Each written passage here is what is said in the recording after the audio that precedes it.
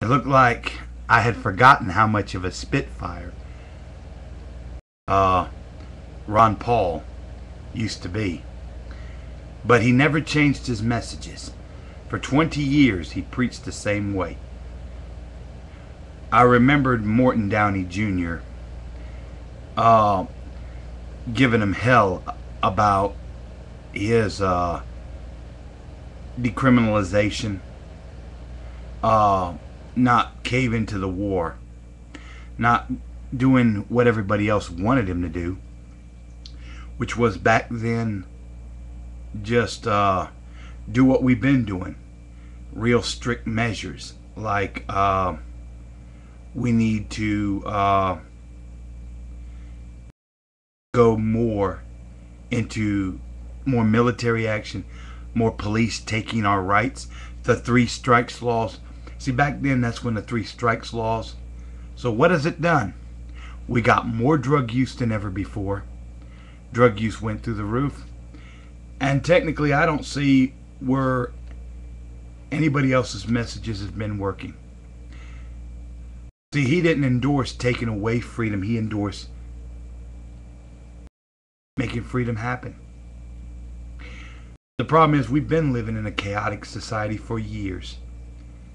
With all these laws, restrictions, just like if you leave and look at a judge the wrong way, maximum time. The so-called conservative way has always been, we need to throw people in to prison for long periods of time. All it does is take up bed space, and sooner or later they got to push people out. And who are the most likely people pushed out? But people you hate. When you hear about the Jessica Lunfords dying because the men who raped them basically got a free pass because they would rather put a man like George Chung, or people who are mandatory minimum drug sentences where somebody can rape a child and get several months and put on a lifelong registry. Big fucking deal. That's exactly what they... And that little babe from the Guardian Angels, she's about as brain dead as they get. Only thing she had going for her back then, she had a beautiful bod. That's about it. Brains. She might have seen what the streets was, but I remembered hearing about cases of her getting her ass whooped. She realized wearing that little beret was more of a target. It's been the problem with America for too long. You want to end the war. Prohibition never worked. Ron Paul knew that. He's a libertarian study. I remembered when Harry Brown ran on the same platform. The war on drugs don't work.